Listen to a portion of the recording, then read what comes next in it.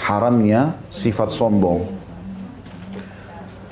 Dan maksiat yang paling pertama terjadi ya di hadapan Allah Subhanahu wa taala dari makhluknya adalah kesombongan, yaitu iblis sombong terhadap Adam, tidak mau sujud ya atas perintah Allah Subhanahu wa taala. Jadi pada saat Allah mengatakan, sujudlah kalian semua setelah aku ciptakan makhlukku ini. Semua malaikat sujud kecuali iblis. Waktu ditanya kenapa? Saya lebih baik dari dia ya Allah. Saya dari api, dia dari tanah atau lumpur, gitu kan? Maka bahasa ini, bahasa kesombongan. Seakan-akan dia bilang, ya Allah kenapa bukan saya yang disujuti? Kenapa dia? Padahal saya dari api. Ini cuma kesombongan. Padahal subhanallah, Allah tidak pernah membedakan antara api sama lumpur.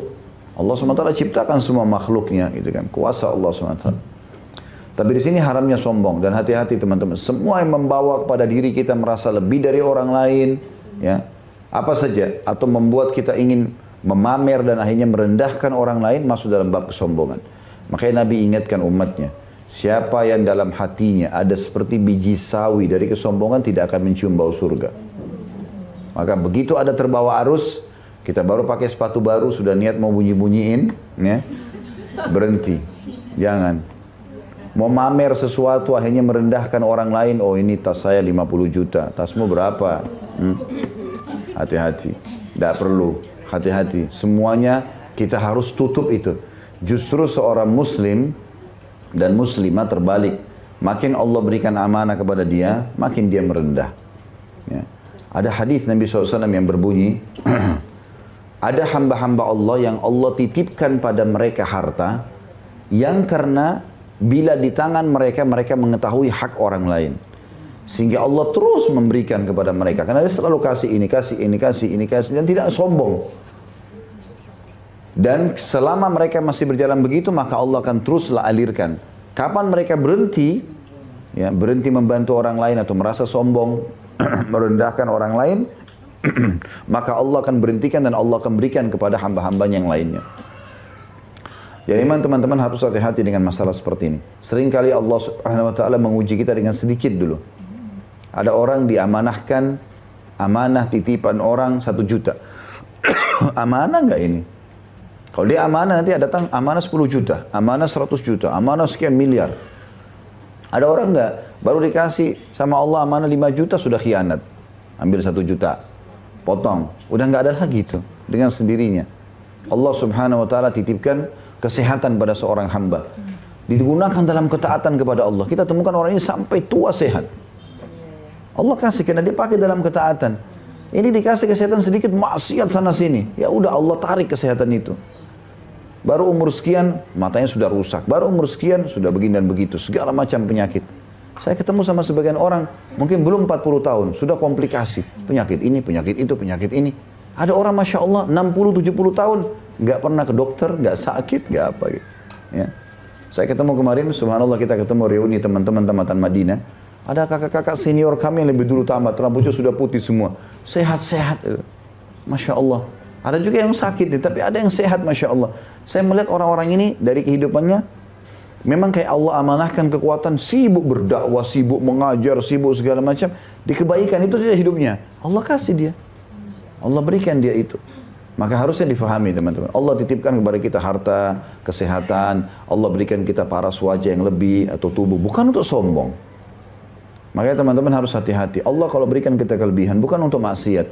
Seperti kadang-kadang ada orang cantik atau gagah. Kenapa ya orang ini gak jadi artis? Kok artis ini? Kesannya kalau dipakai dengan ketaatan salah.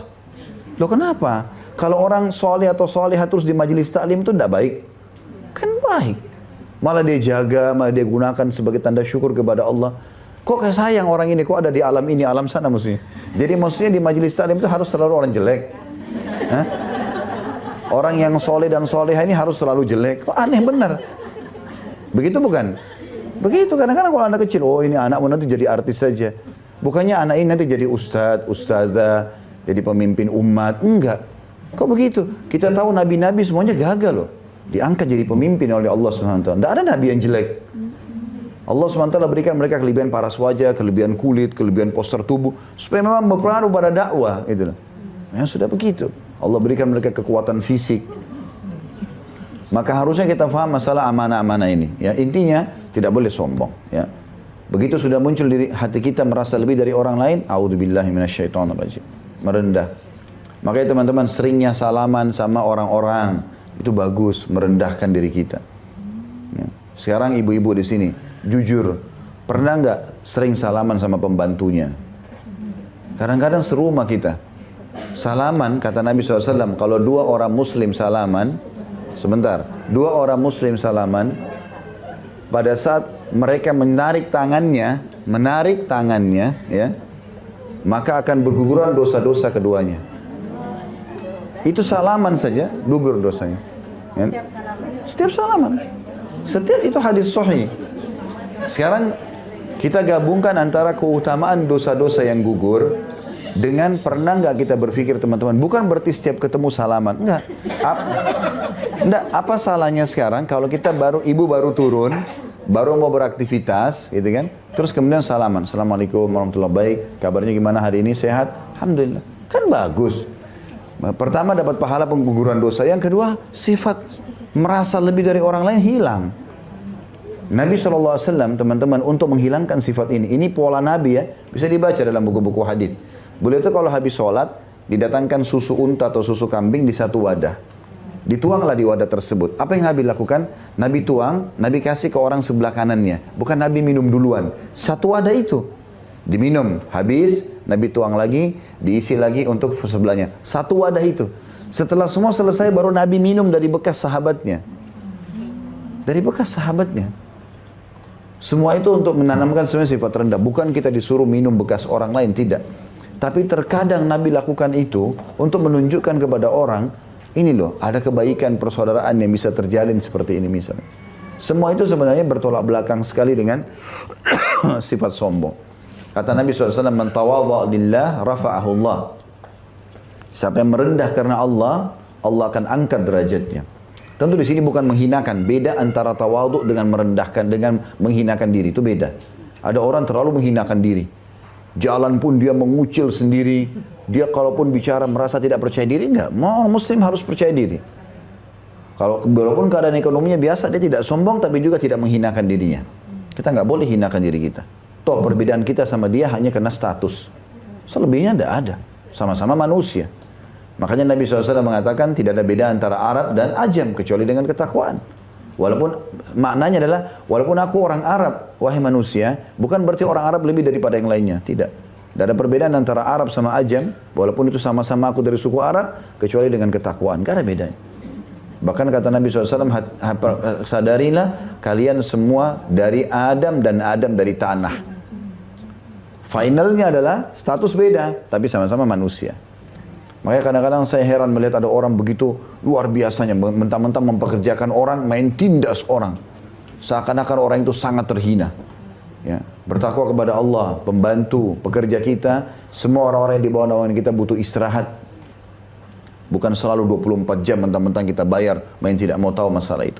Umar bin Abdul Aziz rahimahullah, beliau pernah raja ini, pernah didatangi oleh seseorang di malam hari. Selepas Isya, masih selepas Isya datang. Ketuk-ketuk pintu rumah dibuka sendiri sama beliau. Bukan orang lain, dibuka sendiri. Lalu orang itu masuk jadi tamu. Begitu jadi tamu, Abu Abdul Aziz datang berdiri, ngambil teko, tumpahin air buat tamunya. Kata orang ini, ya Amir Mu'minin, wahai raja. Umar bin Abdul Aziz ini wilayah kekuasaannya luas sekali. Setengah dunia dikuasain. Maka, mana pembantu anda? Kenapa anda yang bekerja sendiri? Dia bilang, udah istirahat. Saya bangun ke Amir Mu'minin? Jangan. Dia juga manusia, butuh istirahat.